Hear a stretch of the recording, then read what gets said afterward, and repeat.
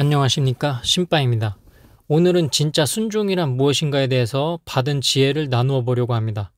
제가 순수하게 주를 바라볼 때 지혜를 더해주시는 나의 아버지 하나님을 찬양합니다. 저는 하나님을 사랑합니다. 이제 순종에 관한 이야기를 나누어 보겠습니다. 우리 각자는 도형 한 가지를 지니고 있다고 할 수 있습니다. 여기 왼쪽에 이러한 모양의 도형이 있다고 가정해 봅시다. 이 도형은 우리가 살아온 방식이고 나의 의견이고 내가 세상을 해석하는 방식입니다. 그런데 어찌어찌 다양한 이유로 인해서 우리는 교회를 만나고 교회에 출석하게 됩니다. 그때 교회에서는 새로운 도형을 제시하는데 영원한 진리인 하나님 말씀에 근거한 도형입니다. 이 도형은 완벽합니다. 그리고 교회에 등록한 대부분의 사람들은 자신의 도형과 교회에서 제시하는 도형을 비교해 보게 됩니다. 그리고 상당히 비슷함에 흡족해하는 그러한 사람들이 교회에 계속 출석하게 됩니다. 애초에 자신의 도형과 하나님의 도형이 엇비슷함으로 교회에 심정적으로 이끌려서 교회에 다니게 된 사람도 대부분 많습니다.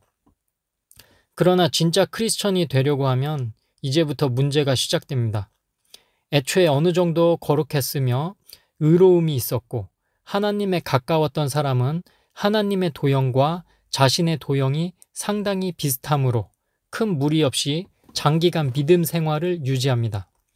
그러나 교회에 출석하긴 했어도 본래 자신의 도형이 하나님의 도형과 그래도 꽤 차이가 났었던 사람은 쉽게 시험에 듭니다.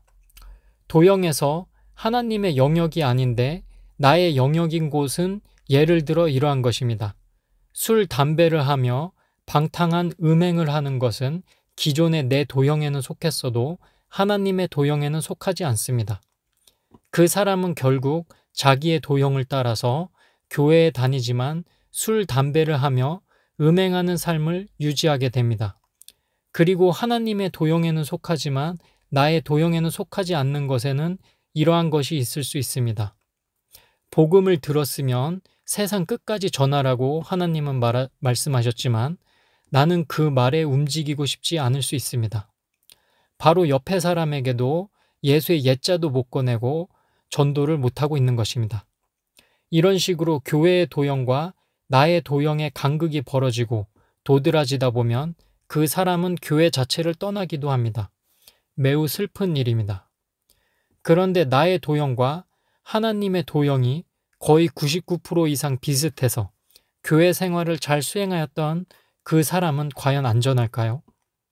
사실 그 사람도 안전치 않고 고꾸라지게 되어 있습니다. 그는 어찌어찌하여 장로가 되고 목사님이 되기도 하고 선교사가 되었을 수도 있습니다. 그러나 불일치하는 0. 몇 프로의 그 부분이 반드시 그를 건드리게 되어 있습니다. 그는 자기 도형과 하나님의 도형이 일치하기에 모든 일을 기쁘게 수행해 왔을 수 있습니다.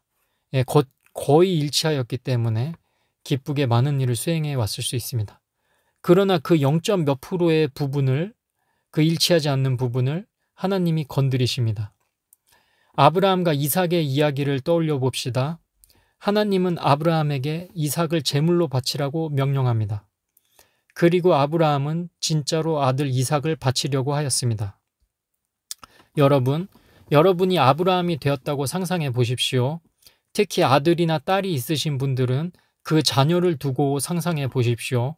여러분이 그러한 명령을 받았다면 시행이 가능하시겠습니까? 아무리 하나님 말씀과 자기 도형이 비슷했던 사람도 이 부분에 있어서는 도형이 같지 않을 것입니다. 누구도 그 명령을 이해할 수 없습니다. 교회의 교사나 설교자, 신학자는 이 아브라함과 이삭의 이야기를 사람들에게 이해시켜야만 하기에 여러 가지 인간이 이해할 만한 논리를 쥐어짜냅니다. 그러나 사실 인간 누구도 이해시킬 수 없습니다. 여러분, 이제 순종에 대해서 한 문장으로 압축해서 말씀드리겠습니다. 순종이란 이해할 수 없는 하나님의 도형을 그대로 따르는 것입니다. 그런데 내 도형이 살아있으면 하나님의 도형을 온전히 따를 수 없습니다. 몇 안 되는 그 다른 부분이 계속 사람을 건드리고 실족하게 합니다. 그래서 순종이란 내 도형을 죽일 때만 가능합니다. 그 내 도형을 죽이고 없앤 사람이 거듭난 사람이고 이전에 내가 죽고 새롭게 태어난 사람입니다. 오직 하나님의 도형만 남겨놓는 것입니다. 아브라함이 하나님의 그 명령을 따를 수 있었던 것은 자기 자신의 도형을 죽였기 때문에 가능한 일입니다. 그러한 명령을 따를 때 하나님을 이해하는 엄청난 지적작용이 필요한 것이 아닙니다. 그리고 엄청난 믿음의 의지가 필요한 것도 아닙니다. 인간의 나약한 의지로는 도저히 하나님의 뜻을 온전히 따를 수 없기 때문입니다. 오직 나의 도형이 죽고 하나님의 도형만 남겨야 합니다. 그래서 성경에 아브라함과 이삭의 이야기를 남겨놓으신 것입니다. 하나님의 선하심을 완전히 믿는 사람은 그분의 도형에 내 모든 것을 맡깁니다. 그리고 우리가 얼마나 순종하지 않는 사람인지 그 실제를 밝혀서 말씀드리고 싶습니다. 자기 도형이 하나님의 도형과 99% 일치하던 사람이 있습니다. 그는 성경 말씀을 99% 따랐습니다. 하지만 일치하지 않는 1%를 도저히 따를 수 없었습니다. 그러면 그래도 그는 99%나 되는 부분을 순종한 비교적 훌륭한 주님의 종일까요? 저는 정확하게 말할 수 있습니다. 그 사람은 순종하는 사람이 아닙니다. 99%를 정말 힘들게 남이 봤을 때는 정말 대단하게 순종한 것 같아도 사실 순종한 사람이 아닙니다. 자기 도형과 일치했기에 하나님 말씀을 받아들이고 따랐을 뿐입니다. 그리고 일치하지 않는 부분은 자기 도형을 따라서 따르지 않았습니다. 결국 그는 하나님의 도형을 따른 적이 없으며 자기 도형만을 따른 사람입니다. 하나님께 순종한 적이 없는 것입니다. 자기 자신에게 순종했을 따름이고 겉모양이 하나님을 따르는 것처럼 보여서 주변인에게 칭찬받고 자기가 괜찮은 크리스천이라고 상상했을 따름입니다. 결론을 말씀드리겠습니다.